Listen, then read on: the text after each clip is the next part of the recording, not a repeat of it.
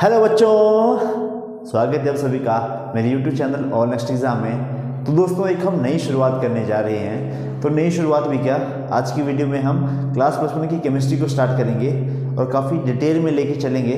ये काफ़ी डिटेल में मतलब +1 क्लास की केमिस्ट्री, ताकि आपका जो भी एग्ज़ाम हो, मेनली मैं टारगेट करूँगा यहाँ पे जो भी लेवल किस कहाँ तक का रहेगा, चाहे नीट वाले हों, जेई वाले हों, आपका टीजीटी कमीशन वाले हों।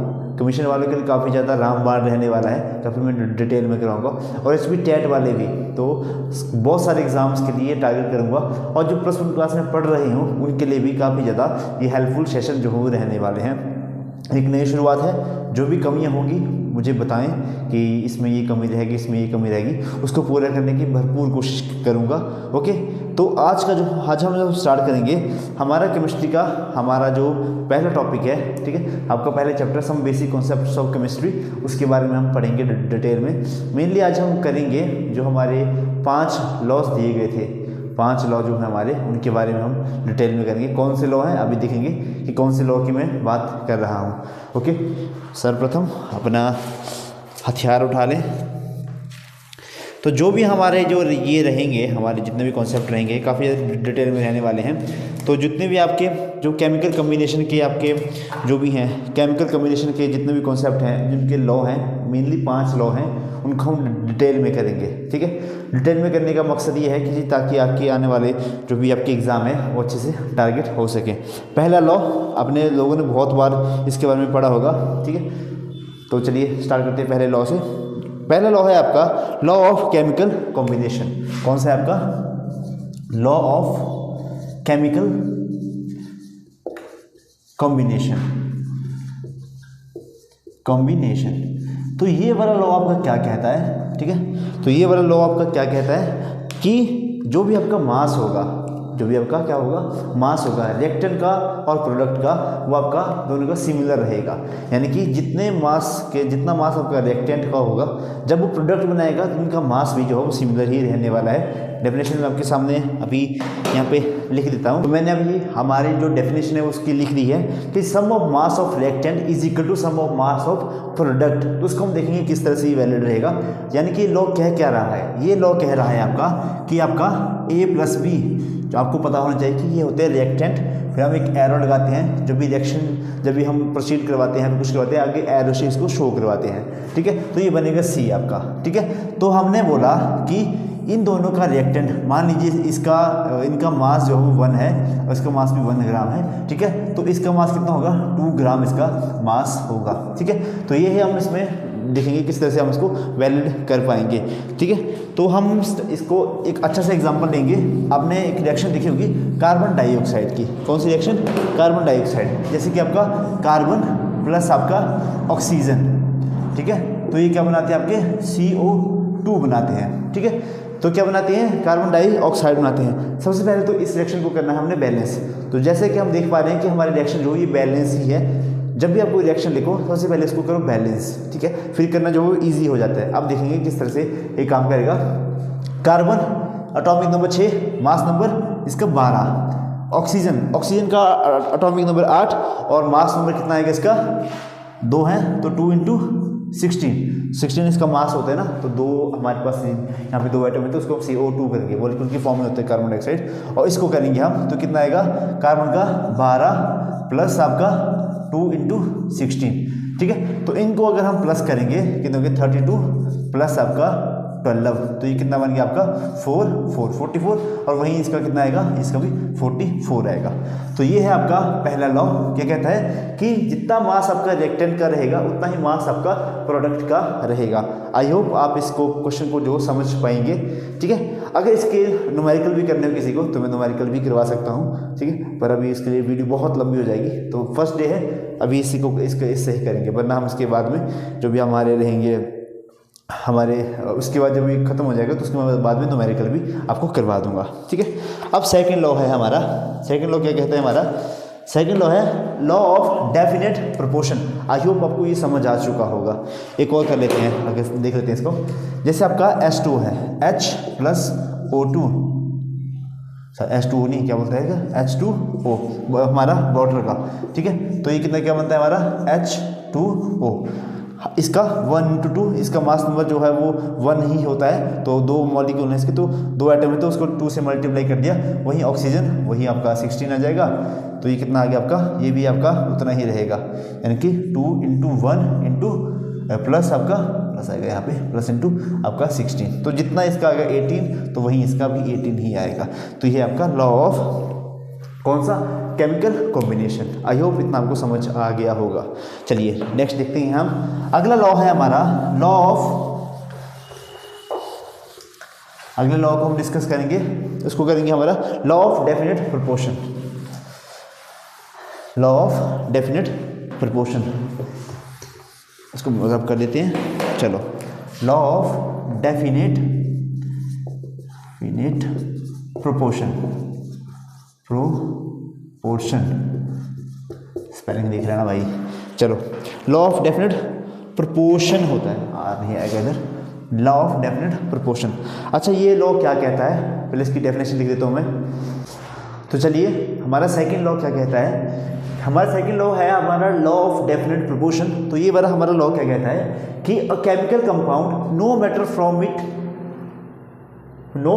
विच सोर्स इट हैव ऑब्टेन, यानी कि कोई भी हमारा केमिकल कंपाउंड है, इररिस्पेक्टिव वो किसी भी सोर्स से हमें मिला हो, किसी भी सोर्स से हमें मिला हो, ठीक है, उसके अंदर जो एलिमेंट्स होंगे वो भी सेम होंगे, और जिस प्रोपोर्शन में वो आपस में मिक्स होंगे वो हर किसी में सेम प्रोपोर्शन उनमें क्या करेगा, फॉलो रहेगा। ओके, अगर मान लीजिए इसका एग्जांपल मैं आपको बताऊंगा, वहाँ से आपको क्लियर हो जाएगा कि पहले आप डेफिनेशन को लिख लें कहीं पे। और chemical compound no matter from which source it have obtained it will contain the same element, कौन सा, एक तो सेम एलिमेंट होंगे, combined together in a same fixed proportion by mass, यानी कि जो उनका, अगर हम उनके मास का प्रोपोर्शन निकालें तो क्या रहेगा, वो सेम रहेगा।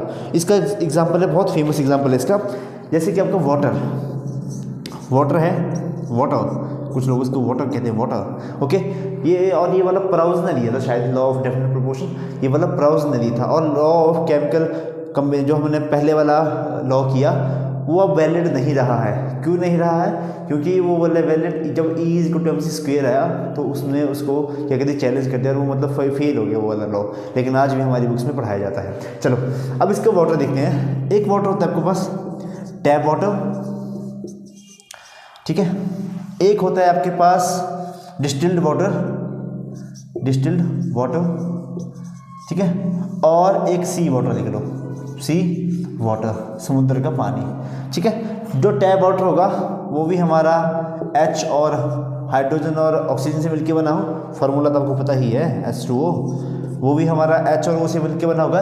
डिस्टिल्ड वाटर भी आपका H और O से मिलकर बना होगा, और सी वाटर भी आपका H और O से मिलकर बना होता है। इनके मास देख लें, इसका भी मास जो है 2 आएगा, क्योंकि 2 है, मैंने आपको पहले करवाया, 2 × 1 आ जाएगा। और ये आपका ऑक्सीजन है, इसका होता है 16, तो 2 × इसमें आएगा 16, इसमें भी 2:16 आएगा, और इसमें भी 2:16 ही आएगा, ठीक है।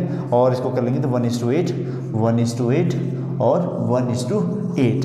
तो ये रहेंगे आपके, यानी कि जो हमारा लॉ कह रहा था कि एक तो आपने कोई भी कंपाउंड लिया हो, ठीक है, जिस भी सोर्स से लिया हो कोई मैटर नहीं करता, टैप वाटर, डिस्टिल्ड वाटर और सी वाटर अलग अलग सोर्स हैं, सेम एलिमेंट होंगे, हाइड्रोजन है, ऑक्सीजन है, ठीक है, और जो इनका आपस में जो कॉम्बिनेशन करने का जो प्रोपोर्शन रहेगा वो भी सेम रहेगा। इसमें 1:8 रहा, इसमें भी 1:8 रहा, इसमें भी 1:8 रहा। तो ये कहता है हमारा लॉ ऑफ डेफिनेट प्रोपोर्शन, ठीक है। उसके बाद हमारा अगला लॉ है लॉ ऑफ डेफिनेट प्रोपोर्शन। कौन सा, law of multiple proportion. Definite proportion तो हमने कर लिया, डेफिनेट प्रोपोर्शन तो हमने कर लिया। अब हम करेंगे मल्टीपल प्रोपोर्शन, जिसको डाल्टन ने दिया था, किसने, डाल्टन ने दिया था, वो करेंगे हम, ठीक है। चलो, इसको जल्दी से रब करके अगला। आई होप आपको सभी को ये समझ आ रहा होगा, और जिस किसी को भी कहीं भी कोई भी दिक्कत आ रही हो तो मुझे बता दे, तो मैं थोड़ा सा उसमें चेंज लाऊंगा अपने थोड़ी सी पढ़ाने की स्ट्रेटजी में भी। तो कौन सा लॉ है हमारा, लॉ ऑफ मल्टीपल प्रोपोर्शन। ये थोड़ा सा मुझे पेचीदा जैसा लगता है, इसकी डेफिनेशन बहुत गंदी जैसी लगती है मेरे को। Multiple proportion, law of multiple proportion. अब मल्टीपल से आपको समझ में आ रहा होगा कि कुछ इसमें पक्का कुछ ना कुछ लोचा होगा, तो उसकी भी मैं डेफिनेशन लिख देता हूँ, आप नोट डाउन कर। हमारा थर्ड लॉ क्या कहता है जो हमारा मल्टीपल प्रोपोर्शन था, डाल्टन लॉ इसको कहते हैं। तो इसने इसको क्या कहा था कि जब दो एलिमेंट्स, सिंपल सा समझाता हूँ कि जब दो एलिमेंट्स कंबाइन हो रहे होंगे, ठीक है, तो जो दोनों का हम उनके मासेस को कंपेयर करेंगे तो एक का मास रहेगा फिक्स, ओके, और जो इसका मास फिक्स रहेगा वो सिंपल होल नंबर रेशियो में आएगा। वहीं दूसरे का मास जो है वो उसका जो है वेरी करता रहेगा। एग्जांपल के थ्रू मैं आपको बहुत बड़ी तरीके से इसको समझा दूंगा। पहले इसकी डेफिनेशन को देख लें और लिख लें कि when two elements combine to form more than one compound then the different masses of one element, यानी कि एक एलिमेंट का मास जो है वो डिफरेंट होगा, विच कंबाइन विद अ फिक्स्ड, एक दूसरे का क्या रहेगा, फिक्स्ड रहेगा, fixed mass of the other elements, और वो क्या करेगा, बिहेव करेगा स्मॉल होल नंबर रेशियो, हमेशा की हमेशा वो क्या करेगा, हमेशा स्मॉल होल नंबर रेशियो में ही आपस में कंबाइन करेंगे। एक छोटे से एग्जांपल पहले देता हूँ, फिर आपको थोड़ा सा बड़ा एग्जांपल दूंगा, ठीक है, जिसमें ज़्यादा वेरिएबल रहेंगे, ठीक है।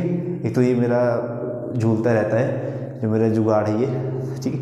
तो देखते हैं अभी किस तरह से रहता है। फॉर एग्जाम्पल, एक हमारे पास कंपाउंड होता है हमारे पास कार्बन डाइऑक्साइड, और एक रहता है आपका हमारा CO, कार्बन मोनोऑक्साइड, ठीक है।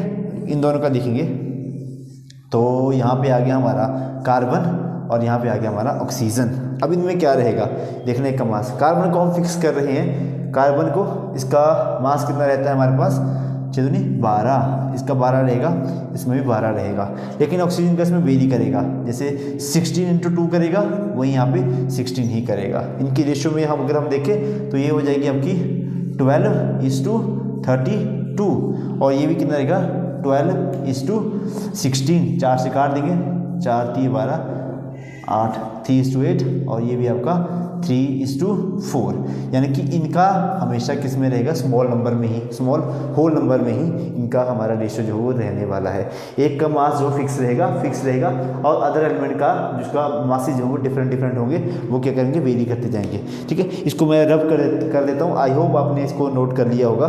तो रब करने के बाद मैं आपको एक थोड़ा सा इसका बड़ा एग्जाम्पल दूंगा ताकि आप इसको ईजिली समझ सको। अब हम बात करेंगे नाइट्रोजन, जैसे नाइट्रोजन डाइऑक्साइड आता है, नाइट्रोजन मोनोऑक्साइड आता है, बाकी भी नाइट्रस ऑक्साइड आता है, उन सब के बारे में देखेंगे। तो चलो स्टार्ट। तो मैंने आपके सामने ये लिख लिया है कि हमारे एग्जाम्पल पहले समझा देता हूँ। हमने कुछ कंपाउंड लिए हैं, जैसे N2O, NO, N2O3 और NO2 और N2O5, ओके। फिर यहाँ देखिए, यहाँ पे नाइट्रोजन और ऑक्सीजन जितने भी होंगे उनके मास नंबर से हम उनको मल्टीप्लाई कर देंगे, सिंपल सी बात है।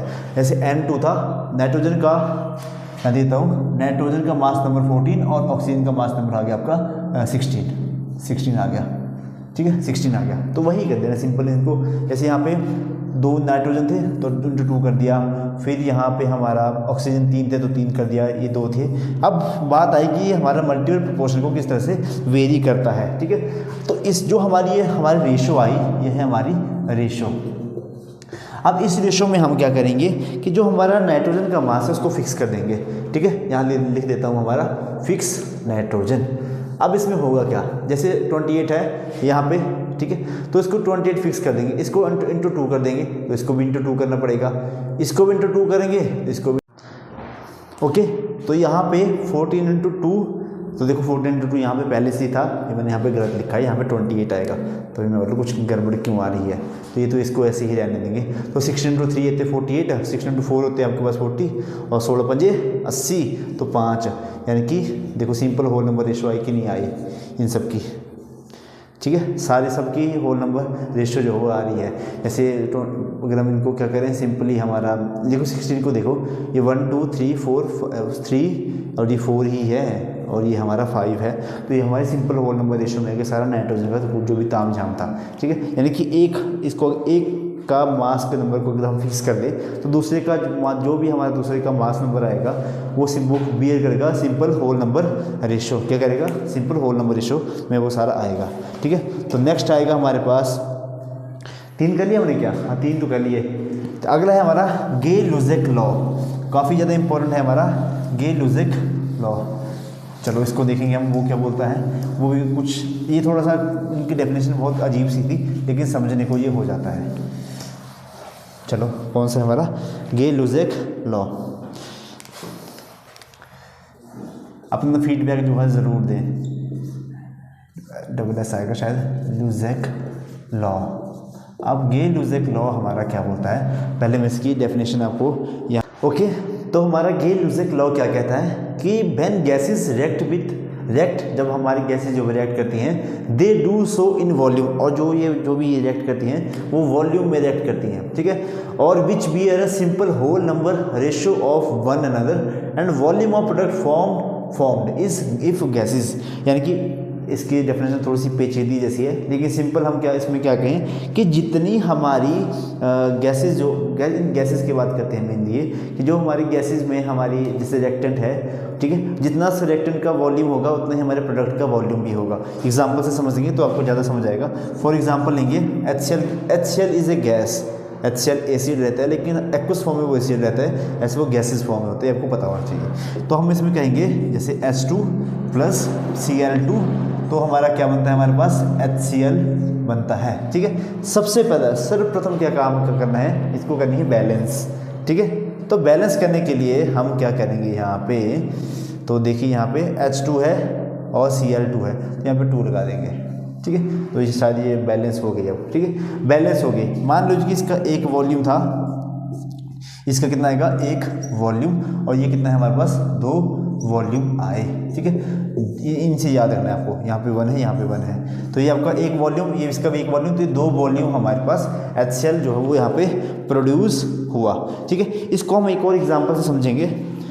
एक और एग्जांपल कि जब हम 200 मिलीलीटर मीथेन को, क्या था हमारे पास, क्वेश्चन लिख लो कि जब हम 200 मिलीलीटर मीथेन को बर्न करेंगे, बर्न होगा तो ऑक्सीजन यूज़ होगी, तो हमारे पास क्या निकलेगी, कार्बन डाइऑक्साइड निकलेगी, साथ में कुछ वाटर मॉलिक्यूल निकलेंगे, साथ में हमारी एनर्जी निकलती है, ठीक है। तो इसमें हमें बताना है कि अगर हम 200 ml हमारे पास मीथेन है, तो बताओ कि कितनी ऑक्सीजन चाहिए होगी ताकि हमारे पास कार्बन डाइऑक्साइड जो बन सके।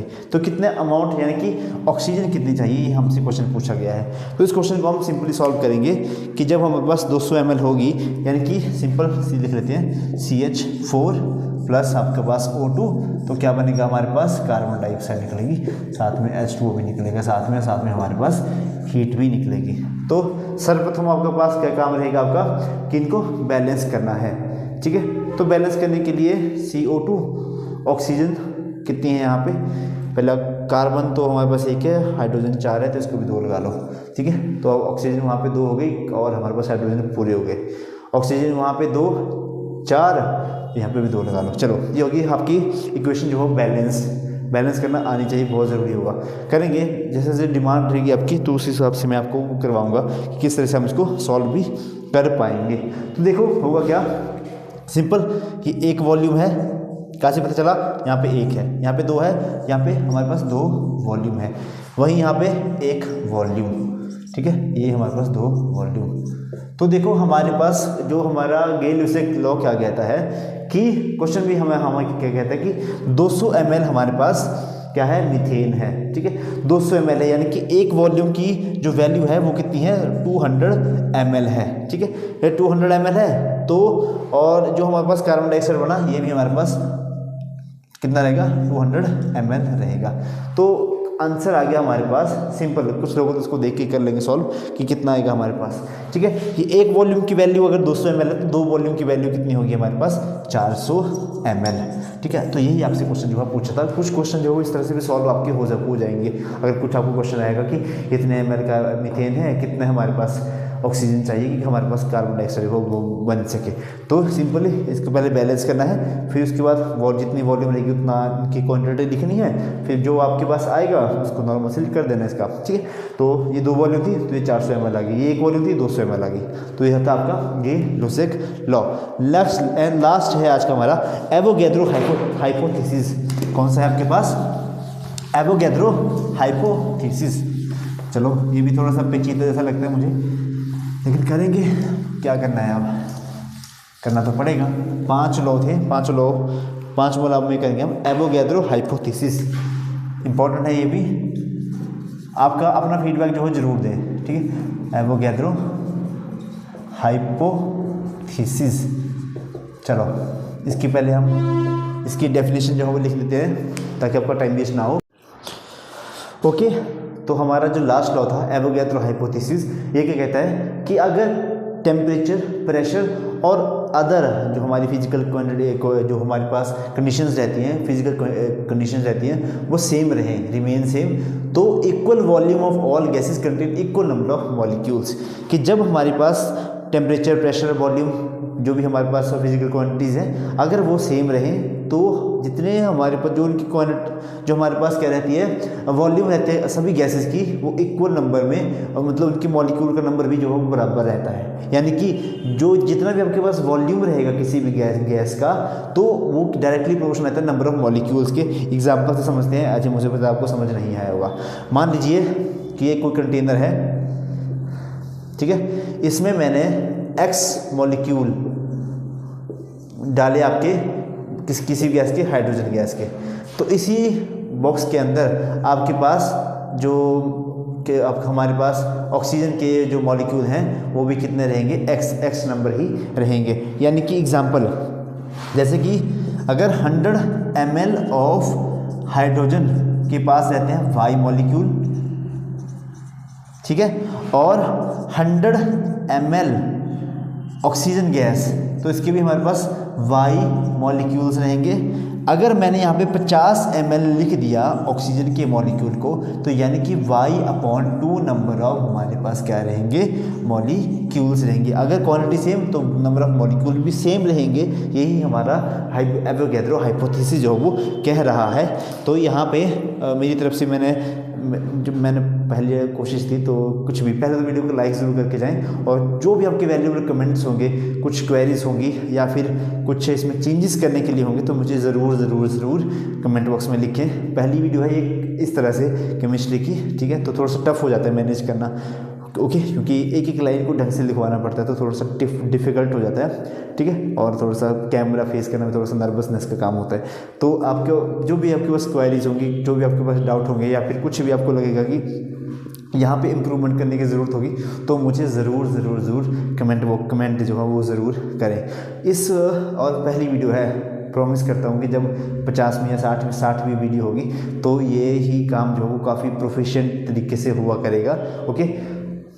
तो इसी के साथ बहुत सारा प्यार दें वीडियो को, और जो चैनल पे फर्स्ट टाइम है प्लीज़ चैनल को लाइक करें, शेयर करें और सब्सक्राइब भी करें। देखो, पहले तो HP TET, commission, NEET, JEE या फिर जो भी प्लस 1 क्लास में भी पढ़ रहे हैं उनके लिए काफ़ी ज़्यादा हेल्पफुल रहेंगे ये सेशन। मैंने ये वाला टॉपिक ही क्यों उठाया सबसे पहले, क्योंकि इस वाले टॉपिक, क्योंकि मैं को वो सब कुछ हौच पौच नहीं करना है कि पहले वो करवाऊँ, ठीक है। अब इसमें कुछ कॉन्सेप्ट आएंगे, मोल्स कॉन्सेप्ट आएगा, फिर आपको कुछ लोगों को वो था एम्पिरिकल फार्मूला या फिर मॉलिक्यूलर फार्मूला, वो एक वीडियो में मैं ख़त्म करवा दूंगा, ठीक है। बहुत ईजी टॉपिक है, ये थोड़ा टॉपिक टफ था, तो मैंने पहले शुरुआत थोड़ा टफ से की, ओके।